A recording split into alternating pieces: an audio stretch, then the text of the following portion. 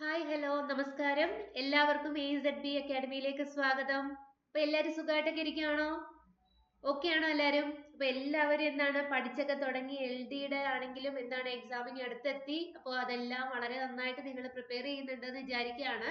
അതുപോലെ LGSന്റെ കേസ് എടുക്കുകയാണെങ്കിലും എന്താണ് ഇമ്പോർട്ടന്റ് ആണ്. അപ്പോൾ ഇനി നമുക്ക് ധാരാളം സമയമുണ്ട് എന്ന് തന്നെ കരുതാം അല്ലേ? ഇനി വരുന്ന മാസങ്ങൾ ശരിയായി ഉപയോഗിച്ചു കഴിഞ്ഞാൽ നമുക്ക് സമയമുണ്ട് എന്ന് തന്നെ പറയാം.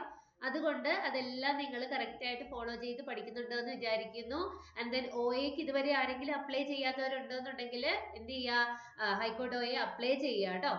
നമ്മളായിട്ട് ഒന്നും എന്താ പാഴാക്കി കളയരുത്. അവസരങ്ങളെല്ലാം വേണ്ട വിധം എന്ത് ചെയ്യുക, ഉപയോഗിക്കുക എന്നുള്ളത് വളരെ പ്രധാനമാണ്. അപ്പൊ നമ്മുടെ LGSന്റെ കേസ് എടുത്താലും അതുപോലെ തന്നെ LDയുടെ കേസ് എടുത്താലും ഒക്കെ കറണ്ട് അഫെയർ എത്രത്തോളം പ്രധാനമാണ് എന്നുള്ളത് നമുക്കറിയാം. LGSന് 20 മാർക്കോളം എന്താണ് കറണ്ട് അഫെയർസ് ആണ്. അതുകൊണ്ട് തന്നെ നമ്മൾ ഡെയിലി അപ്ഡേറ്റ് ആയിരിക്കണം. നമ്മൾ പഠിച്ച് തന്നെ പോകേണ്ടത് ഉണ്ട്. അതുകൊണ്ട് നമുക്ക് ഇന്നത്തെ സെഷൻ എന്ത് ഡിസ്കസ് ചെയ്യാം? കറണ്ട് അഫെയർസ് ഡിസ്കസ് ചെയ്യാം. ഓക്കെ അല്ലേ? ക്ലിയർ ആണല്ലോ? അപ്പൊ നമുക്ക് വൺ ബൈ വൺ ആയിട്ട് പറഞ്ഞു പോകാം. ഫസ്റ്റ് പോയിന്റ് നമ്മൾ ഡിസ്കസ് ചെയ്യുന്നത് നോക്കാം. ഡിമെൻഷ്യയും അതുപോലെ തന്നെ അൾഷിമേഴ്സും മറവി രോഗവും ബാധിച്ച വയോജനങ്ങൾക്കായി കേരള സോഷ്യൽ ഡിപ്പാർട്ട്മെന്റ് നടപ്പിലാക്കുന്ന പദ്ധതിയുടെ പേരെന്താണ് എന്നാണ് ചോദിച്ചിരിക്കുന്നത്. അപ്പൊ ഏതൊക്കെ രോഗങ്ങളെ ബാധിച്ച വയോജനങ്ങൾക്കാണ്? അത് ഡിമെൻഷ്യയും അതുപോലെ തന്നെ എന്താണ് അൾഷിമേഴ്സും മറവി രോഗവും ബാധിച്ച വയോജനങ്ങൾക്ക് വേണ്ടിയിട്ടുള്ളതാണ്, പ്രായമായവർക്ക് വേണ്ടിയിട്ടുള്ളതാണ്. അപ്പൊ ഇത് നടപ്പിലാക്കുന്നത് കേരള സോഷ്യൽ ഡിപ്പാർട്ട്മെന്റ് ആണ് കേട്ടോ. കേരള സോഷ്യൽ ഡിപ്പാർട്ട്മെന്റ് ആണ് ഇത് നടപ്പിലാക്കുന്നത്. പദ്ധതിയുടെ പേര് ഇങ്ങനെയാണ്, ഓർമ്മത്തോണി. ഓക്കെ, പദ്ധതിയുടെ പേരെന്താണ്? അത് ഓർമ്മത്തോണി എന്നാണ് കേട്ടോ, ഓർമ്മത്തോണി. And then the next point നമുക്ക് നോക്കാം. പശ്ചിമഘട്ടത്തില് അടുത്തിടെ കണ്ടെത്തിയ ഡിമിനിറ്റീവ് ഡ്രാഗൺ എന്ന് വിളിക്കുന്ന ഒരു ചെറിയ പല്ലി ഏത് കുടുംബത്തിന്റെ കീഴിലാണ് വരുന്നത് എന്നാണ് ചോദ്യം. അപ്പം ആ ഒരു പല്ലി ഒരു ചെറിയ പല്ലിയാണ്. അപ്പൊ അതിന്റെ പേരെന്താണ്? ഡിമിനിറ്റീവ് ഡ്രാഗൺ എന്ന് വിളിപ്പേരുള്ളതാണ് കേട്ടോ, എന്നാണ് വിളിക്കുന്നത്. അപ്പൊ അത് ഏത് കുടുംബത്തിലുള്ളതാണ്, ഏത് കുടുംബത്തിന് കീഴിലാണ് അത് വരുന്നത് എന്നാണ് ചോദ്യം. ഏതാണ് അത്? അഗാമിഡേ കുടുംബത്തിലാണ് ഇൻക്ലൂഡഡ് ആയിരിക്കുന്നത്. ഓക്കെ അല്ലേ? അഗാമിഡേ കുടുംബത്തിലാണ് ഇൻക്ലൂഡഡ് ആയിരിക്കുന്നത്. പേരെങ്ങനെയാണ്? ഡിമിനിറ്റീവ് ഡ്രാഗൺ എന്നാണ് കേട്ടോ. പശ്ചിമഘട്ടത്തിലാണ് കണ്ടെത്തിയത്. പശ്ചിമഘട്ടത്തിലാണ് കണ്ടെത്തിയത്. And then the next point, 2024 Khelo India youth games overall championship നേടിയ സംസ്ഥാനം ഏത് എന്നാണ് ചോദ്യം. ചോദ്യം എങ്ങനെയാണ്? 2024 ഖേലോ ഇന്ത്യ യൂത്ത് ഗെയിംസില് ഓവറോൾ ചാമ്പ്യൻഷിപ്പ് നേടിയ സംസ്ഥാനം ഏത്? ഏത് സംസ്ഥാനമാണത്? ശരിയായ ഉത്തരം ഏതാണ്? അത് മഹാരാഷ്ട്രയാണ്. കിട്ടിയോ? ശരിയായ ഉത്തരം ഏതാണ്? അത് മഹാരാഷ്ട്രയാണ് ശരിയായ ഉത്തരമെന്ന് പറയുന്നത്. ഓക്കെ അല്ലേ? അപ്പോ നമ്മൾ 3 കാര്യങ്ങളാണ് ഡിസ്കസ് ചെയ്യുന്നത്. ആ 3 കാര്യങ്ങൾ മനസ്സിലായി എന്ന് കരുതുന്നു.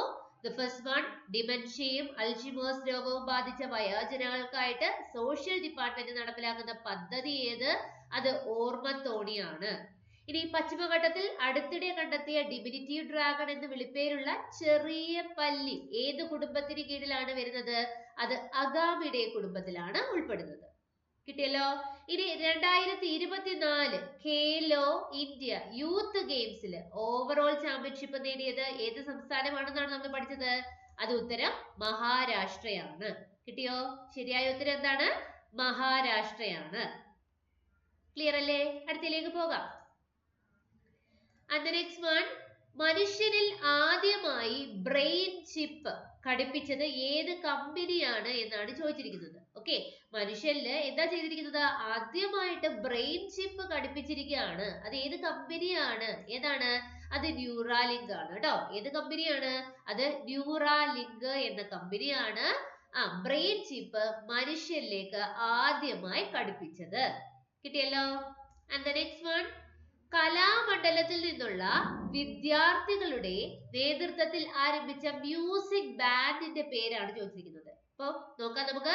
കലാമണ്ഡലത്തിൽ നിന്നുള്ള വിദ്യാർത്ഥികളാണ്. അവർ എന്ത് ആരംഭിച്ചിരിക്കുകയാണ്? ഒരു മ്യൂസിക് ബ്രാൻഡ് അല്ലെ, മ്യൂസിക് ബാൻഡ് ആരംഭിച്ചിരിക്കുകയാണ്. അപ്പൊ ആ ബാൻഡിന്റെ പേര് എന്താണ് എന്നാണ് ചോദിച്ചിരിക്കുന്നത്. ഏതാണ്?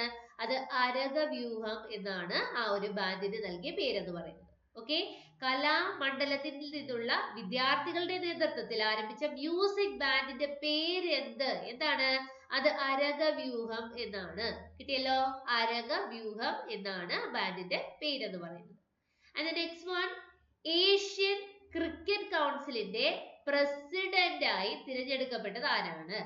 ഏഷ്യൻ ക്രിക്കറ്റ് കൗൺസിലിന്റെ പ്രസിഡന്റ് ആയി തിരഞ്ഞെടുക്കപ്പെട്ടത് ആരാണ്? അത് ജയ് ഷായ് ആണ് എന്ത് ചെയ്തത്? ഏഷ്യൻ ക്രിക്കറ്റ് കൗൺസിലിന്റെ പ്രസിഡന്റ് ആയിട്ട് തിരഞ്ഞെടുക്കപ്പെട്ടത്. കിട്ടിയോ? ഓക്കെ ആണോ? അപ്പൊ ഇപ്പൊ നമ്മൾ ഡിസ്കസ് ചെയ്ത മൂന്നെണ്ണം ഏതൊക്കെയാണ്? മനുഷ്യരിൽ ആദ്യമായി ബ്രെയിൻ ചിപ്പ് ഘടിപ്പിച്ച കമ്പനി ന്യൂറാലിങ്ക് ആണ്. കലാമണ്ഡലത്തിൽ നിന്നുള്ള വിദ്യാർത്ഥികളുടെ നേതൃത്വത്തിൽ ആരംഭിച്ച മ്യൂസിക് ബാൻഡ് ആണ് അരകവ്യൂഹം എന്ന് പറയുന്നത്. ഏഷ്യൻ ക്രിക്കറ്റ് കൗൺസിലിന്റെ പ്രസിഡന്റ് ആയി തിരഞ്ഞെടുക്കപ്പെട്ടത് ആരാണ്? അത് ജയ് ഷായ് ആണ് കേട്ടോ. കിട്ടിയല്ലോ? ഓക്കെ അല്ലേ? അപ്പൊ നമ്മള് ഫസ്റ്റ് ആൻഡ് സെക്കൻഡ് സ്ലൈഡിലൂടെ നമ്മൾ 6 പോയിന്റ്സ് ആണ് പഠിച്ചത്. കിട്ടിയല്ലോ? അപ്പൊ എന്താണ് ഓർമ്മത്തോണി എന്നുള്ളത് ആലോചിച്ചെടുക്കുക. എന്താണ് അഗാമിഡോ കുടുംബം അല്ലെങ്കിൽ നമ്മുടെ ഡിമിനിറ്റീവ് ഡ്രാഗൺ എന്ന് പറയുന്ന ചെറിയ പല്ലി. ഈ പേരുകളെല്ലാം നമ്മുടെ ഉള്ളിലേക്ക് കയറണം. ഓക്കെ അല്ലേ? അതുപോലെ തന്നെ മഹാരാഷ്ട്രയാണ് ഏത് 2024 ഖേലോ ഇന്ത്യ യൂത്ത് ഗെയിംസിൽ ഓവറോൾ ചാമ്പ്യൻഷിപ്പ് നേടിയ സംസ്ഥാനം എന്ന് പറയുന്നത്. കിട്ടിയല്ലോ? നമ്മൾ എപ്പോഴും ഓർത്തെടുത്ത് പഠിക്കാനായിട്ട് നോക്കണം. നമ്മൾ ഇവിടെ പഠിച്ചൊരു കാര്യത്തിനെ അങ്ങനെ കളയാൻ പാടില്ല. പഠിച്ച കാര്യത്തിനെ എപ്പോഴും എന്ത് ചെയ്യണം? ഓർത്തെടുക്കാനായിട്ട് ഒരു ശ്രമം നടത്തണം. നമ്മൾ ഒരു പേജ് പഠിച്ചു കഴിഞ്ഞു, അടുത്ത പേജിലേക്ക് കടക്കുമ്പോൾ നമ്മൾ എന്ത് ചെയ്യുക? അതിനു മുമ്പ് പഠിച്ച പേജ് ജസ്റ്റ് ഒരു നോട്ടമായാലും മതി. നമ്മുടെ കണ്ണുകളിൽ ഒരു നോട്ടമായാലും എന്താണ്? അത് വളരെ ഉപകാരപ്പെടും. നമ്മൾ മറന്നു പോകുന്നതിന് തടയാനായിട്ട് അത് ഉപകാരപ്പെടും. അതുകൊണ്ട് തന്നെ നിങ്ങൾ എല്ലാവരും ഇപ്പൊ എക്സാം ഒക്കെ അടുത്ത് വന്നതുകൊണ്ട് ഭയങ്കരമായിട്ട് പഠിക്കുമായിരിക്കും. പക്ഷെ പഠിക്കുന്ന കാര്യങ്ങൾ നമ്മൾ എന്താണോ പഠിച്ചത് ആ കാര്യം എക്സാമിന് വരുമ്പോൾ നമുക്ക് എഴുതാൻ പറ്റണം. അതിനെന്താ ചെയ്യേണ്ടത്?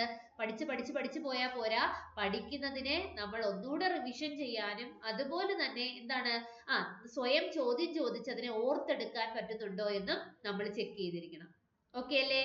അപ്പൊ നമുക്ക് അടുത്തതിലേക്ക് കടക്കാം. And the next one നമ്മൾ പറയുന്നത് കർണാടക ഹൈക്കോടതിയുടെ പുതിയ ചീഫ് ജസ്റ്റിസ് ആയി ആരാണ് നിയമിതനായത് എന്നാണ്. ഓക്കെ, അപ്പൊ എവിടെയാണ്? കർണാടകയുടെ കേസ്. കർണാടക ഹൈക്കോടതിയുടെ പുതിയ ചീഫ് ജസ്റ്റിസ് ആയിട്ട് ആരാണ് നിയമിതനായത് എന്ന് ചോദിച്ചു കഴിഞ്ഞാൽ ആരാണ്? അത് ജസ്റ്റിസ് PS ദിനേശ് കുമാർ ആണ് കേട്ടോ. ആരാണ്? ജസ്റ്റിസ് PS ദിനേശ് കുമാർ ആണ് കർണാടക ഹൈക്കോടതിയുടെ പുതിയ ചീഫ് ജസ്റ്റിസ് ആയി നിയമിതനായത്. കിട്ടിയല്ലോ? പേര് ഓക്കെ അല്ലേ? കിട്ടിയല്ലോ? Yes. And the next one, ഇന്ത്യയിൽ ആദ്യമായി നിർമ്മിച്ച അന്തർവാഹിനി ഏതാണ് എന്നാണ് ചോദ്യം. എന്താണ്? ഇന്ത്യയിൽ ആദ്യമായി നിർമ്മിച്ച അന്തർവാഹിനി ഏതാണ്? അത് INS ഷാൽക്കി ആണ് കേട്ടോ. INS ഷാൽക്കി 01 ആണ് എന്തെന്ന് പറയുന്നത്? ഇന്ത്യയിൽ ആദ്യമായിട്ട് നിർമ്മിച്ച അന്തർവാഹിനി എന്ന് പറയുന്നത്. ഏതാണ്? പേരെന്താണ്? INS ഷാൽക്കി ആണ് കേട്ടോ. 01. കിട്ടിയല്ലോ? അപ്പൊ ജസ്റ്റിസ് PS ദിനേശ് കുമാർ ആരാണ്? ജസ്റ്റിസ് PS ദിനേശ് കുമാർ കർണാടക ഹൈക്കോടതിയുടെ പുതിയ ചീഫ് ജസ്റ്റിസ് ആണ്. കിട്ടുന്നുണ്ടല്ലോ? ഓക്കെ അല്ലേ? Yes. And the next one നമുക്ക് പോകാം.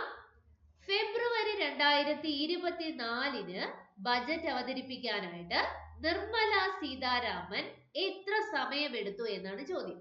ഓക്കെ, എന്താണ്? 2024 ഫെബ്രുവരിയിൽ ബജറ്റ് അവതരിപ്പിക്കാൻ വേണ്ടിയിട്ട് നിർമ്മല സീതാരാമൻ എത്ര ടൈം എടുത്തു എന്നാണ് ചോദ്യം. എത്ര ടൈം എടുത്തു? 56 മിനിറ്റ് ആണ് എടുത്തത്. ഓക്കെ, 56 മിനിറ്റ് ആണ് നിർമ്മല സീതാരാമൻ 2024 ഫെബ്രുവരിയിൽ ബജറ്റ് അവതരിപ്പിക്കുന്നതിന് വേണ്ടി എടുത്ത സമയം. കിട്ടിയല്ലോ? ഓക്കെ അല്ലേ? അപ്പൊ ഈ ഒരു സ്ലൈഡിലെ കാര്യങ്ങളും എല്ലാം നമുക്ക് കിട്ടിയല്ലോ? ക്ലിയർ ആണല്ലോ? അടുത്തതിലേക്ക് പോകാം നമുക്ക്. Yes. And the next one നോക്കാം. 2024-25 സാമ്പത്തിക വർഷത്തെ കേന്ദ്ര ബജറ്റിലെ ആകെ കണക്കാക്കിയ ചെലവ് എത്രയാണ് എന്നാണ് ചോദിച്ചിരിക്കുന്നത്. ഓക്കെ, 2024-25 സാമ്പത്തിക വർഷത്തിലെ കേന്ദ്ര ബജറ്റിന്റെ കേസാണ് പറയുന്നത്. ചെലവാണ് ഉദ്ദേശിക്കുന്നത് കേട്ടോ. കണക്കാക്കിയ ചെലവ് എത്രയാണ് എന്നാണ് ചോദ്യം. 47.66 ലക്ഷം കോടിയാണ് 2024-25 സാമ്പത്തിക വർഷത്തെ എന്താണ് ചെലവ് എന്ന് പറയുന്നത്? കേന്ദ്ര ബജറ്റിലെ ചെലവ്, ആകെ കണക്കാക്കിയ ചെലവ് എന്ന് പറയുന്നത് 47.66 ലക്ഷം കോടിയാണ്. കിട്ടിയോ? ഓക്കെ അല്ലേ? Yes. and the next one നമുക്ക് നോക്കാം. 2024-25 ബജറ്റില് ഏറ്റവും കൂടുതൽ വിഹിതം ലഭിക്കുന്ന മേഖല ഏതാണ് എന്നാണ് ചോദിച്ചിരിക്കുന്നത്. ഏതാണ്? അത് പ്രതിരോധ മന്ത്രാലയത്തിനാണ് ഏറ്റവും കൂടുതൽ വിഹിതം ലഭിച്ചത്. ഓക്കെ, പ്രതിരോധ മന്ത്രാലയത്തിനാണ് ഏറ്റവും കൂടുതൽ വിഹിതം ലഭിക്കുന്നത്. ഏറ്റവും കൂടുതൽ വിഹിതം ലഭിക്കുന്നത് അപ്പോൾ എവിടെയാണ്? പ്രതിരോധ മന്ത്രാലയമാണ് കേട്ടോ. അപ്പൊ നമ്മൾ മനസ്സിലാക്കേണ്ട കാര്യം 2024-25 വർഷത്തെ കേന്ദ്ര ബജറ്റ് കണക്കാക്കിയപ്പോൾ അതിലെ ചെലവ് തുക എന്ന് പറയുന്നത് 47.66 ലക്ഷമാണ്. ഇങ്ങനെ 2024-25 ബജറ്റിൽ ഏറ്റവും കൂടുതൽ വിഹിതം ലഭിക്കുന്ന മേഖല ഏത് എന്ന് ചോദിച്ചു കഴിഞ്ഞാൽ ഏതാണ്? അത് പ്രതിരോധ മന്ത്രാലയമാണ്. കിട്ടിയോ? ഏതാണ്? പ്രതിരോധ മന്ത്രാലയമാണ്. ഇനി അടുത്ത ചോദ്യം ഇങ്ങനെയാണ്. 2024-25 ഇന്ത്യയുടെ ഇടക്കാല ബജറ്റില് ഏറ്റവും കൂടുതൽ ബജറ്റ് വിഹിതം ലഭിച്ച രാജ്യം ഏത് എന്നാണ് ചോദിച്ചത്. ഏതാണ്? അത് ഭൂട്ടാനാണ് കേട്ടോ. ഭൂട്ടാനാണ് ഏറ്റവും കൂടുതൽ എന്താണ് ബജറ്റ് വിഹിതം ലഭിച്ച രാജ്യം എന്ന് പറയുന്നത്. കിട്ടിയോ? 2024-25 ഇന്ത്യയുടെ ഇടക്കാല ബജറ്റിൽ നിന്ന് ഏറ്റവും കൂടുതൽ ബജറ്റ് വിഹിതം ലഭിച്ച രാജ്യമാണ് ഭൂട്ടാൻ. കിട്ടിയല്ലോ? അപ്പൊ ഈ 3 കാര്യങ്ങളും ഓക്കെ അല്ലേ? ഓക്കെ ആണല്ലോ? കിട്ടിയില്ലേ? അടുത്തതിലേക്ക് പോകാം. നെക്സ്റ്റ് വൺ നമ്മൾ ഡിസ്കസ് ചെയ്യുന്നത് ഡേവിസ് കപ്പ് 2024 ഏത് രാജ്യമാണ് 2024 ഫെബ്രുവരി 3-4 തീയതികളിൽ ആതിഥേയത്വം വഹിക്കുന്നത്? അതായത് 2024 ഫെബ്രുവരി 3-4 തീയതികളിൽ ആതിഥേയത്വം വഹിക്കുന്നത് ഏത് രാജ്യമാണ് എന്നാണ് ചോദിച്ചിരിക്കുന്നത്. എന്തിനാണ്? ഡേവിസ് കപ്പ് 2024 ഏത് രാജ്യമാണ് ആതിഥേയത്വം വഹിക്കുന്നത്? ഏത് രാജ്യമാണ്? പാകിസ്ഥാനാണ് കേട്ടോ. പാകിസ്ഥാനാണ് ആതിഥേയത്വം വഹിക്കുന്നത്. ഏതിന്റെയാണ്? ഡേവിസ് കപ്പ് 2024 ആതിഥേയത്വം വഹിക്കുന്നത് പാകിസ്ഥാനാണ്. കിട്ടിയല്ലോ? ഓക്കെ അല്ലേ? Yes. and then 2024 February 1 India ഗവൺമെന്റിന്റെ ചീഫ് ഹൈഡ്രോഗ്രാഫറായി ചുമതലയേറ്റത് ആരാണ് എന്നാണ് ചോദ്യം. ആരാണ്? അത് വൈസ് അഡ്മിറൽ ലോചൻ സിംഗ് പതാനിയാണ്. ആരാണ്? വൈസ് അഡ്മിറൽ ലോചൻ സിംഗ് പതാനിയാണ് 2024 ഫെബ്രുവരി 1 ഇന്ത്യ ഗവൺമെന്റിന്റെ ചീഫ് ഹൈഡ്രോഗ്രാഫറായി ചുമതലയേറ്റത്. കിട്ടിയോ? ഓക്കെ അല്ലേ? Yes. and the next one മലേഷ്യയുടെ 17ാമത്തെ രാജാവായി സ്ഥാനമേറ്റത് ആരാണ് എന്നാണ് ചോദ്യം. മലേഷ്യയുടെ 17ാമത്തെ രാജാവായി സ്ഥാനമേറ്റത് ആരാണ്? അത് ജോഹാറിലെ സുൽത്താൻ ഇബ്രാഹിം ആണ് കേട്ടോ. അപ്പൊ ആരാണ്? ഇബ്രാഹിമാണ്. സുൽത്താൻ ഇബ്രാഹിം ആണ് മലേഷ്യയുടെ 17ാമത്തെ രാജാവായി സ്ഥാനമേറ്റത്. ഓക്കെ അല്ലേ? അപ്പം സുൽത്താൻ ഇബ്രാഹിം ആണ് ആരെന്ന് പറയുന്നത്? 17ാമത്തെ മലേഷ്യയുടെ രാജാവ് എന്ന് പറയുന്നത്. ഓക്കെ അല്ലേ? കിട്ടിയോ? ക്ലിയർ അല്ലേ? ആൻഡ് നമുക്ക് നോക്കാം. നമ്മുടെ LGSന് കോഴ്സ് സ്റ്റാർട്ട് ചെയ്തിട്ടുണ്ട്. അപ്പൊ LGSന്റെ കോഴ്സിലേക്ക് അപേക്ഷിക്കാൻ ആരെങ്കിലും താല്പര്യപ്പെടുന്നുണ്ട്, നമ്മുടെ കോഴ്സിൽ ജോയിൻ ചെയ്ത് പഠിക്കാൻ ആരെങ്കിലും ഇൻട്രസ്റ്റഡ് ആണെന്നുണ്ടെങ്കിൽ നിങ്ങൾക്ക് താഴെ സ്ക്രോൾ ചെയ്യുന്ന നമ്പറിൽ കോൺടാക്ട് ചെയ്യാവുന്നതാണ്. ആ ഒരു നമ്പറിൽ വിളിച്ചിട്ട് നിങ്ങൾക്ക് എന്താ ഡീറ്റെയിൽസ് ചോദിക്കാം. നമ്മൾ എന്താണ് ഇനി വരുന്ന LGSനെ മുൻനിർത്തി അതിന്റെ സിലബസ് ബേസ്ഡ് ക്ലാസ്സുകളാണ് കൊടുക്കുന്നത്. ഡീറ്റെയിൽ ആയിട്ട് എന്താണ് എന്തെങ്കിലും കോഴ്സിനെ കുറിച്ച് നിങ്ങൾക്ക് അറിയണം എന്ന് താല്പര്യമുണ്ടെങ്കിൽ ഉറപ്പായിട്ടും എന്ത് ചെയ്യുക? കോൾ ചെയ്യുക, ഡീറ്റെയിൽസ് പറഞ്ഞു തരാം. അതുപോലെ തന്നെ നമുക്ക് ലൈവ് സെഷൻസ് ആണുള്ളത്. ഡെയിലി നമുക്ക് ലൈവ് ഉണ്ട്. And then live sessions in case നിങ്ങൾക്ക് കാണാൻ പറ്റുന്നില്ല എന്നുണ്ടെങ്കിൽ നമ്മുടെ റെക്കോർഡഡ് ക്ലാസ്സസ് കയറി കാണാവുന്നതാണ്. ഓക്കെ അല്ലേ? അപ്പൊ ഇൻട്രസ്റ്റഡ് ആയിട്ടുള്ളവർ ഉറപ്പായിട്ടും ജോയിൻ ചെയ്ത് പഠിക്കാനായിട്ട് ശ്രമിക്കുക. നമുക്ക് നല്ലൊരു ചാൻസ് ആണ് ഈ ഒരു LGS എന്ന് പറയുന്നത്. അപ്പോൾ ക്വാളിഫിക്കേഷൻ ഉണ്ട് എന്നുള്ളവരാണെങ്കിൽ, അതായത് ഡിഗ്രി ഇല്ല എന്നുള്ളവർക്ക് എന്ത് ചെയ്യാം? നമുക്ക് LGSന് അപ്ലൈ ചെയ്യാവുന്നതാണ്. സോ നിങ്ങൾ പഠിക്കുന്ന അതുപോലെ തന്നെ എന്താണ് LGS മുന്നിൽ കണ്ട് തന്നെയാണ് ഫോക്കസ് ചെയ്ത് PSC നോക്കുന്നു എന്നുള്ളവർക്ക് വളരെ നല്ലൊരു ചാൻസ് ആയിട്ട് തന്നെ ഈ വർഷത്തെ കരുതാം. അപ്പോ പരമാവധി സമയം എന്താണ് ശരിയായ രീതിയിൽ ഉപയോഗിച്ച് എല്ലാവർക്കും ഈ വർഷം എന്താണ് എക്സാമില് നല്ലൊരു മാർക്ക് നേടാൻ കഴിയട്ടെ എന്ന് ആശംസിക്കുകയാണ്. നമുക്ക് അടുത്ത പോയിന്റിലേക്ക് പോകാം. ഓക്കെ, the next one, നാവിക സിവിലിയൻ വർഷം. നാവിക സിവിലിയൻസ് വർഷത്തിനെ കുറിച്ചാണ് പറയുന്നത്. അപ്പൊ എന്താണ് ഈ നാവിക സിവിലിയൻസ് വർഷം, അല്ലെങ്കിൽ എന്നാണ് ഈ നാവിക സിവിലിയൻസ് വർഷം? നാവിക സിവിലിയൻസ് വർഷം ആയിട്ട് പ്രഖ്യാപിച്ചത് 2024 ആണ് കേട്ടോ. ഈ വർഷമാണ് അപ്പൊ എന്താന്ന് പറയുന്നത് നാവിക സിവിലിയൻസ് വർഷം എന്ന് പറയുന്നത്. ഇന്ത്യൻ നാവികസേന 2024 ഏത് വർഷമായിട്ടാണ് പ്രഖ്യാപിച്ചതെന്നാണ് ചോദ്യം. ഏത് വർഷമായിട്ടാണ്? ഇന്ത്യൻ നാവികസേന 2024 നാവിക സിവിലിയൻസ് വർഷം എന്നാണ് കണക്കാക്കുന്നത്. ഓക്കെ അല്ലേ? നാവിക സിവിലിയൻസ് വർഷം 2024. കിട്ടിയല്ലോ? ഓക്കെ അല്ലേ? അടുത്ത് നമുക്ക് നോക്കാം തമിഴക വെട്രിക്കഴകം. അതെല്ലാവരും കേട്ടിട്ടുണ്ടായിരിക്കും അല്ലെ? വിജയ് ഫാൻസ് ഒക്കെ ആണെങ്കിൽ അതൊക്കെ എപ്പോഴും പഠിച്ചു വെച്ചിട്ടുണ്ടായിരിക്കും അല്ലെ? തമിഴക വെട്രിക്കഴകം എന്താണ്? പ്രമുഖ സിനിമാ നടൻ വിജയ് പ്രഖ്യാപിച്ച പുതിയ പാർട്ടിയുടെ പേരാണ് ഏതെന്ന് പറയുന്നത്? തമിഴക വെട്രിക്കഴകം എന്നത്. ഓക്കെ, സിനിമയൊക്കെ വിട്ടിട്ട് എന്ത് ചെയ്യാണ്? പാർട്ടി രൂപീകരിച്ചിരിക്കുകയാണ്. അപ്പൊ പാർട്ടിയുടെ പേരെന്താണ്?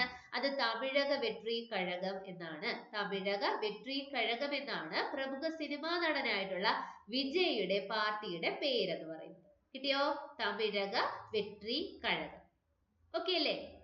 കിട്ടിയോ? അടുത്തയിലേക്ക് പോകാലോ. യെസ്, നോക്കാം നമുക്ക്. മേഘാലയ ഹൈക്കോടതി ചീഫ് ജസ്റ്റിസ് ആയി ആരാണ് നിയമിതനായത് എന്നാണ് ചോദ്യം. ആരാണ് മേഘാലയ ഹൈക്കോടതി ചീഫ് ജസ്റ്റിസ് ആയി നിയമിതനായത്? ജസ്റ്റിസ് എസ് വൈദ്യനാഥനാണ് കേട്ടോ. ജസ്റ്റിസ് എസ് വൈദ്യനാഥനാണ് എന്താണ് മേഘാലയ ഹൈക്കോടതി ചീഫ് ജസ്റ്റിസ് ആയി നിയമിതനായത്.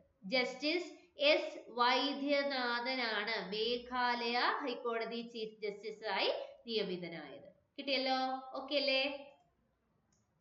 ആൻഡ് ദി നെക്സ്റ്റ് വൺ, 2024 ഇടക്കാല ബജറ്റിന്റെ ഭാഗമായി 9 മുതൽ 14 വരെ പ്രായമുള്ള പെൺകുട്ടികൾക്ക് വാക്സിനേഷനിൽ ശ്രദ്ധ കേന്ദ്രീകരിക്കാൻ സർക്കാർ ഉദ്ദേശിക്കുന്നത് ഏത് ക്യാൻസറിനെ എതിർക്കാൻ വേണ്ടിയിട്ടാണ്? ഇങ്ങനെ ഒരു വാക്സിനേഷൻ ഏത് ക്യാൻസറിനെ എതിർക്കാൻ വേണ്ടിയിട്ടാണ്? ഏതാണ് അത്? ഗർഭാശയ മുഖ അർബുദം, സെർവിക്കൽ ക്യാൻസറിനെ ഒഴിവാക്കാൻ വേണ്ടിയിട്ടാണ് കേട്ടോ. ഗർഭാശയ മുഖ അർബുദത്തിനെ ഒഴിവാക്കാൻ വേണ്ടിയിട്ട് അല്ലെങ്കിൽ അതിനെ തടയിടാൻ വേണ്ടിയിട്ടാണ് ഇങ്ങനെ എന്ത് ചെയ്തത്? ഒരു പദ്ധതി കൊണ്ടുവന്നത്. നമുക്ക് നോക്കാം ഒന്നുകൂടെ. 2024 ഇടക്കാല ബജറ്റിന്റെ ഭാഗമായി 9 മുതൽ 14 വരെ പ്രായമുള്ള കുട്ടികളിൽ അല്ലെ, 9 മുതൽ 14 വരെ പ്രായമുള്ള ആരിലാണ്? പെൺകുട്ടികൾക്കുള്ള വാക്സിനേഷനിൽ ശ്രദ്ധ കേന്ദ്രീകരിക്കാൻ സർക്കാർ ഉദ്ദേശിക്കുന്നത് എന്തുകൊണ്ടാണ്? ഏത് ക്യാൻസറിനെ പ്രതിരോധിക്കാനാണ് അല്ലെങ്കിൽ ഏത് രോഗത്തിനെ പ്രതിരോധിക്കാനാണ് എന്ന് ചോദിച്ചു കഴിഞ്ഞാൽ ഗർഭാശയ മുഖ അർബുദത്തിനെ പ്രതിരോധിക്കുന്നതിന് വേണ്ടിയിട്ടാണ്. ഓക്കെ അല്ലേ? കിട്ടിയല്ലോ? ക്ലിയർ ആണല്ലോ? നെക്സ്റ്റ് വൺ നമുക്ക് നോക്കാം. വേൾഡ് കപ്പ് ഓഫ് ടെന്നീസ് എന്നറിയപ്പെടുന്ന ടെന്നീസ് ടൂർണമെന്റ് ഏത് എന്നാണ് ചോദിച്ചിരിക്കുന്നത്. എന്താണ് ശരിയായ ഉത്തരം? ഏതാണ്? വേൾഡ് കപ്പ് ഓഫ് ടെന്നീസ് എന്നറിയപ്പെടുന്ന ടെന്നീസ് ടൂർണമെന്റ് ഏതാണ് എന്നാണ് ചോദ്യം. ഏതാണ്? അത് ഡേവിസ് കപ്പ് ആണ് കേട്ടോ. ഏതാണ്? വേൾഡ് കപ്പ് ഓഫ് ടെന്നീസ് എന്നറിയപ്പെടുന്ന ടെന്നീസ് ടൂർണമെന്റ് ഏതാണ്? അത് ഏതാണ്? അത് ഡേവിസ് കപ്പ് ആണ് കേട്ടോ. Davis cup. ഇനി നമുക്ക് രണ്ടാമത് നോക്കാം. ഏഷ്യൻ ക്രിക്കറ്റ് കൗൺസിലിന്റെ നിലവിലെ പ്രസിഡന്റ് ആരാണ്? നമ്മൾ ഡിസ്കസ് ചെയ്തു. ഏതാണ്? അത് ജയ്ഷേ ആണ് കേട്ടോ. ഏഷ്യൻ ക്രിക്കറ്റ് കൗൺസിലിന്റെ നിലവിലെ പ്രസിഡന്റ് ആണ് ആരെന്ന് പറയുന്നത്? ജയ് ഷാ എന്ന് പറയുന്നത്. കിട്ടിയല്ലോ? ഓക്കെ അല്ലേ? അപ്പൊ ഡേവിസ് കപ്പിനെ എങ്ങനെ അറിയപ്പെടുന്നുണ്ട്? വേൾഡ് കപ്പ് ഓഫ് ടെന്നീസ് എന്ന് അറിയപ്പെടുന്നുണ്ട്. വേൾഡ് കപ്പ് ഓഫ് ടെന്നീസ് എന്ന് അറിയപ്പെടുന്ന ടൂർണമെന്റ് ഏതാണ്? അത് ഡേവിസ് കപ്പ് ആണ്. ആൻഡ് നെക്സ്റ്റ് വൺ നോക്കാം. അടുത്തിടെ ഫ്രഞ്ച് ബഹുമതിയായ ഷെവലിയർ ലീജിയൻ ഡി ഹോണർ ബഹുമതിക്ക് അർഹയായ മലയാളി ആര് എന്നാണ് ചോദ്യം. ആരാണ്? അത് പൂയം തിരുനാൾ ഗൗരിയാണ് കേട്ടോ. പൂയം തിരുനാൾ ഗൗരിയാണ് ഈ ഒരു ബഹുമതിക്ക് അർഹയായ മലയാളി എന്ന് പറയുന്നത്. ഓക്കെ അല്ലേ? ഷെവലിയർ ലീജിയൻ ഡി ഹോണർ ബഹുമതിക്ക് അർഹയായ മലയാളി എന്ന് പറയുന്നത് പൂയം തിരുനാളാണ് കേട്ടോ. പൂയം തിരുനാളാണ്. കിട്ടിയോ? ഓക്കെ അല്ലേ? And the next one, Kerala media academy 2024 media person of the year ആയി തിരഞ്ഞെടുത്ത പാലസ്തീൻ പത്രപ്രവർത്തകന്റെ പേരാണ് ചോദിച്ചിരിക്കുന്നത്. എന്താണ്? മീഡിയ അക്കാദമി, കേരള മീഡിയ അക്കാദമിയാണ്. കേരള മീഡിയ അക്കാദമിയാണ് എന്ത് ചെയ്താണ് 2024 media person of the year, media person of the year ആയി തിരഞ്ഞെടുത്തത് ഒരു പാലസ്തീൻ പത്രപ്രവർത്തകനുണ്ട്. അപ്പൊ അദ്ദേഹത്തിന്റെ പേര് എന്താണ് എന്നാണ് ചോദിച്ചത്. ആരാണ് അത്? വേൽ അൽ ദഹദൂദ് ആണ് കേട്ടോ. വേൽ മീൻസ് WEAL ആണ്. വേൽ അൽ ദഹദൂദിനാണ് എന്ത് ചെയ്തത്? ഈ ഒരു media person of the year award ലഭിച്ചത്. പാലസ്തീൻ പത്രപ്രവർത്തനാണ് ഇദ്ദേഹം. ഓക്കെ അല്ലേ? Kerala media academy 2024 media person of the year ആയി തെരഞ്ഞെടുക്കപ്പെട്ടത് പാലസ്തീനിലെ പത്രപ്രവർത്തകനാണ്. അദ്ദേഹത്തിന്റെ പേരെന്താണ്? വേൽ അൽ ദഹദൂദ് ആണ്. ഓക്കെ അല്ലേ? And the next one, 2023 അഭിമാനമായ ഓടക്കുഴൽ അവാർഡ് ആർക്കാണ് ലഭിച്ചത്? ആർക്കാണ് അത്? PN ഗോപി കൃഷ്ണനാണ് കേട്ടോ. PN ഗോപി കൃഷ്ണനാണ് ഓടക്കുഴൽ അവാർഡ്. ഓടക്കുഴൽ അവാർഡ് ആർക്കാണ്? ഗോപി കൃഷ്ണനാണ്. 2023 ഓടക്കുഴൽ അവാർഡ് ലഭിച്ചത് ആർക്കാണ്? PN ഗോപി കൃഷ്ണനാണ് കേട്ടോ. PN Gopi കൃഷ്ണനാണ്. And the next one, കേരളത്തിൽ ആദായ നികുതി പ്രിൻസിപ്പൽ ചീഫ് കമ്മീഷണറായി ചുമതലയേറ്റത് ആരാണ് എന്നാണ് ചോദ്യം. കേരളത്തിലെ ആദായ നികുതി പ്രിൻസിപ്പൽ ചീഫ് കമ്മീഷണറായിട്ട് തെരഞ്ഞെടുക്കപ്പെട്ടത് അല്ലെങ്കിൽ ചുമതലയേറ്റത് ആരാണ്? അത് ജയന്തി കൃഷ്ണനാണ്. ജയന്തി കൃഷ്ണൻ. ഓക്കെ. ആദായ നികുതി പ്രിൻസിപ്പൽ ചീഫ് കമ്മീഷണറായിട്ട് ചുമതലയേറ്റത് ജയന്തി കൃഷ്ണനാണ്. കിട്ടിയോ? ഓക്കെ അല്ലേ? ആരാണ്? ജയന്തി കൃഷ്ണനാണ് ആദായ നികുതി പ്രിൻസിപ്പൽ ചീഫ് കമ്മീഷണർ ആയി ചുമതലയേറ്റത്. ഓക്കെ ആണല്ലോ? കിട്ടിയോ? Yes. And the next one, എല്ലാ വർഷവും ലോക തണ്ണീർത്തട ദിനം ആചരിക്കുന്നത് ഏത് തീയതിയാണ് എന്നാണ് ചോദിച്ചിരിക്കുന്നത്. ഏത് തീയതിയാണ്? അത് ഫെബ്രുവരി 2 ആണ് അല്ലെ? 2 ആണ്. ഫെബ്രുവരി 2-ാം തീയതിയാണ് എല്ലാ വർഷവും ലോക തണ്ണീർത്തട ദിനമായി ആചരിക്കുന്നത്. എല്ലാ വർഷവും ലോക തണ്ണീർത്തട ദിനമായി ആചരിക്കുന്നത് അപ്പൊ എന്നാണ്? 2-ാം തീയതിയാണ്. ഫെബ്രുവരി 2-ാം തീയതിയാണ് കേട്ടോ. 2024 ഫെബ്രുവരി 3 ഇന്ത്യൻ നാവികസേനയില് കമ്മീഷൻ ചെയ്ത ഇന്ത്യയുടെ ആദ്യത്തെ സർവേ വെസൽ വലിയ കപ്പലിന്റെ പേര് എന്ത് എന്നാണ് ചോദിച്ചത്. എന്താണ് ആ കപ്പലിന്റെ പേര് എന്ന് പറയുന്നത്? INS സന്ധ്യക് എന്നാണ് കേട്ടോ. INS സന്ധ്യക് എന്നാണ് ആ ഒരു വലിയ കപ്പലിന്റെ പേര് എന്ന് പറയുന്നത്. 2024 ഫെബ്രുവരി 3 ഇന്ത്യൻ നാവികസേനയിൽ കമ്മീഷൻ ചെയ്ത ഇന്ത്യയുടെ ആദ്യത്തെ സർവേ വെസൽ വലിയ കപ്പലാണ് ആരെന്ന് പറയുന്നത്? INS സന്ധ്യക് എന്ന് പറയുന്നത്. നോട്ട് ചെയ്യണേ.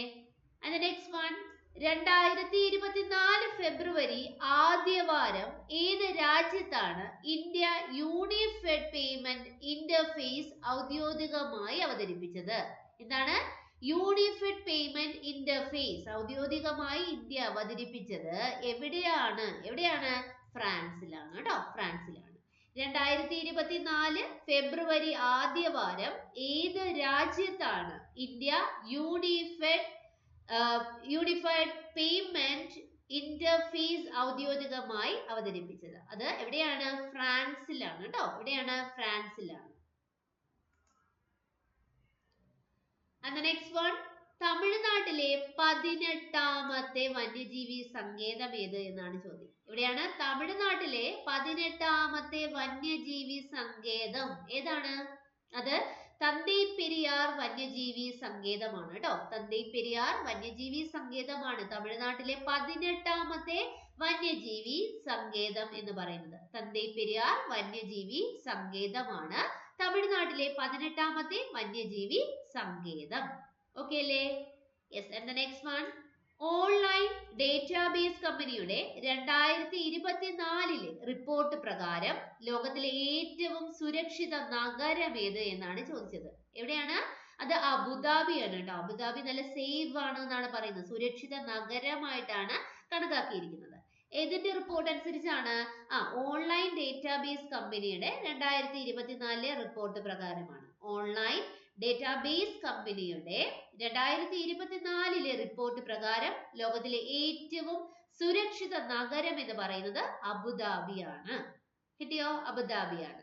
അപ്പോ 2024 ഫെബ്രുവരി 3-ന് ഏറ്റവും വേഗത്തില് 150 ടെസ്റ്റ് വിക്കറ്റുകൾ തികച്ച ഇന്ത്യൻ പേസർ, ഫസ്റ്റ് ബോളർ അല്ലെ, ആരാണ് എന്നാണ് ചോദിച്ചത്. ആരാണ്? അത് ബൂംറയാണ്, ജസ്പ്രീത് ബൂംറയാണ് ശരിയായ ഉത്തരം. 2024 ഫെബ്രുവരി 3-ന് ഏറ്റവും വേഗത്തില് 150 ടെസ്റ്റ് വിക്കറ്റുകൾ തികച്ച ഇന്ത്യൻ പേസർ ആണ് ആരെന്ന് പറയുന്നത്? ജസ്പ്രീത് ബുംറ എന്ന് പറയുന്നത്. കിട്ടിയോ? ഓക്കെ അല്ലേ? 150 ടെസ്റ്റ് വിക്കറ്റുകൾ തികച്ചു. ക്ലിയർ ആണല്ലേ? അടുത്തയിലേക്ക് പോകാം നമുക്ക്. ആൻഡ് ദെൻ നമുക്ക് SCERT മാത്രം ഫോക്കസ് ചെയ്ത്, SCERTയുടെ ചാപ്റ്റർ വൈസ് ഡീലിംഗ് ആണ്. അതായത് 5 to 10 ക്ലാസ്സസിലെ ഓരോ ചാപ്റ്ററിനെയും നമ്മൾ എന്ത് ചെയ്യാണ്, പഠിക്കുന്ന ഒരു കോഴ്സ് അല്ലെങ്കിൽ ഒരു ബാച്ച് നമ്മൾ സ്റ്റാർട്ട് ചെയ്തിട്ടുണ്ട്. ഇൻട്രസ്റ്റഡ് ആണെന്നുണ്ടെങ്കിൽ ഈ ഒരു ബാച്ചിൽ ജോയിൻ ചെയ്ത് പഠിക്കാവുന്നതാണ്. നിങ്ങൾക്കറിയാം PSCയുടെ എന്താണ്, PSC ഇപ്പോൾ ചോദിക്കുന്ന എല്ലാ ചോദ്യങ്ങളും എവിടെ നിന്ന് തന്നെയാണ്? നമ്മുടെ SCERT ടെക്സ്റ്റ് ബുക്കുകളിൽ നിന്ന് തന്നെയാണ്. അപ്പോൾ നമ്മൾ ആ ഒരു ടെക്സ്റ്റ് ബുക്കിനെ കോൺസെൻട്രേറ്റ് ചെയ്ത് പഠിച്ചു കഴിഞ്ഞാൽ നമുക്ക് നല്ല ഒരു മാർക്ക് സ്കോർ ചെയ്യാനായിട്ട് സാധിക്കും. അതുകൊണ്ട് തന്നെയാണ് നമ്മൾ ഇങ്ങനെ ഒരു ബാച്ച് സ്റ്റാർട്ട് ചെയ്തിരിക്കുന്നത്. നിങ്ങൾ ഇൻട്രസ്റ്റഡ് ആണെന്നുണ്ടെങ്കിൽ ഉറപ്പായിട്ടും എന്ത് ചെയ്യുക, ജോയിൻ ചെയ്യാനായിട്ട് ശ്രമിക്കുക. ആൻഡ് ദ നെക്സ്റ്റ് വൺ നമുക്ക് നോക്കാം. 2024 പാരീസ് ഒളിമ്പിക്സിന്റെ ദീപശിഖയേന്താനായിട്ട് ഇന്ത്യയിൽ നിന്ന് ആരാണ് തിരഞ്ഞെടുക്കപ്പെട്ടത് എന്നാണ് ചോദ്യം. 2024 പാരീസ് ഒളിമ്പിക്സില് ഇന്ത്യയിൽ നിന്ന് ആരാണ് ദീപശിഖയേന്താൻ വേണ്ടിയിട്ട് തിരഞ്ഞെടുക്കപ്പെട്ടത്? ആരാണ്? അത് അഭിനവ് ബിന്ദ്രയാണ് കേട്ടോ. അഭിനവ് ബിന്ദ്രയാണ് തിരഞ്ഞെടുക്കപ്പെട്ടത്. 2024 പാരീസ് ഒളിമ്പിക്സിന്റെ ദീപശിഖയേന്താൻ ഇന്ത്യയിൽ നിന്ന് തിരഞ്ഞെടുക്കപ്പെട്ടത് അഭിനവ് ബിന്ദ്രയാണ്. ഇനി 2024 കേസാണ് നമ്മൾ പറയുന്നത്, അഭിനവ് ബിന്ദ്ര. ഇനി എപ്പം മുതലാണ് ഈ ഒരു ദീപശിഖ ഏന്തുന്നത് ചടങ്ങ് തുടങ്ങിയത്? ദീപശിഖ ഏന്തൽ എന്നൊരു ചടങ്ങ് തുടങ്ങിയത് എന്ന് മുതലാണെന്ന് ചോദിച്ചു കഴിഞ്ഞാല് 1936 ബെർലിൻ ഒളിമ്പിക്സിലാണ്. എപ്പോഴാണ്? 1936 ബെർലിൻ ഒളിമ്പിക്സിലാണ് ആദ്യമായിട്ട് ഇങ്ങനെ ഒരു രീതി അല്ലെങ്കിൽ ദീപശിഖ കൊളുത്തുന്ന ചടങ്ങ് തുടങ്ങിയത്. ഒന്ന് മനസ്സിലാക്കി വെക്കുക കേട്ടോ. 1936 ബെർലിൻ ഒളിമ്പിക്സിലാണ് ദീപശിഖ ഏന്തൽ എന്ന ചടങ്ങ് ആദ്യമായി ആരംഭിച്ചത്. നോക്കാം നമുക്ക്. പാരീസ് 2024 ചിഹ്നത്തിന്റെ പേര് ഒളിമ്പിക് ഫ്രെഡ്ജ് എന്നാണ് കേട്ടോ. അതായത് പാരീസ് ഒളിമ്പിക്സിന്റെ ചിഹ്നത്തിന്റെ പേര് എന്ന് പറയുന്നത് ഏതാണ്? ഫ്രെഡ്ജ് എന്നാണ്. ഇത് പരമ്പരാഗത ചെറിയ ഫ്രിജിയൻ തൊപ്പികളെ അടിസ്ഥാനമാക്കിയുള്ളതാണ് കേട്ടോ. പരമ്പരാഗതമായിട്ടുള്ള ഫ്രിജിയൻ തൊപ്പികളെ അടിസ്ഥാനമാക്കിയിട്ടുള്ളതാണ് ഈ ഒരു എന്താണ് ഫ്രെഡ്ജ് എന്ന് പറയുന്നത്. അതുപോലെ തന്നെ പേരും ഡിസൈനും സ്വാതന്ത്ര്യത്തിന്റെ പ്രതീകങ്ങളായും അതുപോലെ തന്നെ ഫ്രഞ്ച് റിപ്പബ്ലിക്കിന്റെ സാങ്കല്പിക രൂപങ്ങളെയും പ്രതിനിധീകരിച്ചുകൊണ്ടാണ് ഇങ്ങനെ ഒരു എന്താണ് ചിഹ്നത്തെ തെരഞ്ഞെടുത്തിരിക്കുന്നത്. ഓക്കെ, സ്വാതന്ത്ര്യത്തിന്റെ പ്രതീകങ്ങളും അതുപോലെ തന്നെ ഫ്രഞ്ചിന്റെ റിപ്പബ്ലിക് ആ ഒരു രൂപങ്ങളും എല്ലാം പ്രതിനിധീകരിച്ചുകൊണ്ടാണ് ഫ്രഞ്ച് എന്ത് ചെയ്തിരിക്കുന്നത്, അവര് ഒരു ചിഹ്നമായിട്ട് തെരഞ്ഞെടുക്കപ്പെട്ടിരിക്കുന്നത്. ഓക്കെ അല്ലേ? അപ്പൊ നമ്മൾ ഇവിടെ പറഞ്ഞ കാര്യങ്ങള് 2024 പാരീസ് ഒളിമ്പിക്സില് ദീപശിഖ ഏന്താൻ വേണ്ടിയിട്ട് ഇന്ത്യയിൽ നിന്ന് തെരഞ്ഞെടുത്തത് അഭിനവ് ബിന്ദ്രയാണ്. ഈ ദീപശിഖ ഏന്തൽ എന്ന ഒരു ചടങ്ങ് ആരംഭിച്ചത് 1936 ബെർലിൻ ഒളിമ്പിക്സിൽ വെച്ചാണ്. അതുപോലെ തന്നെ പാരീസ് ഒളിമ്പിക്സിന്റെ ഇപ്രാവശ്യത്തെ 2024 ചിഹ്നം ഏത് എന്ന് ചോദിച്ചു കഴിഞ്ഞാൽ ഏതാണ്? അത് ഫ്രെഡ്ജ് ആണ്. കിട്ടിയോ? ഓക്കെ അല്ലേ?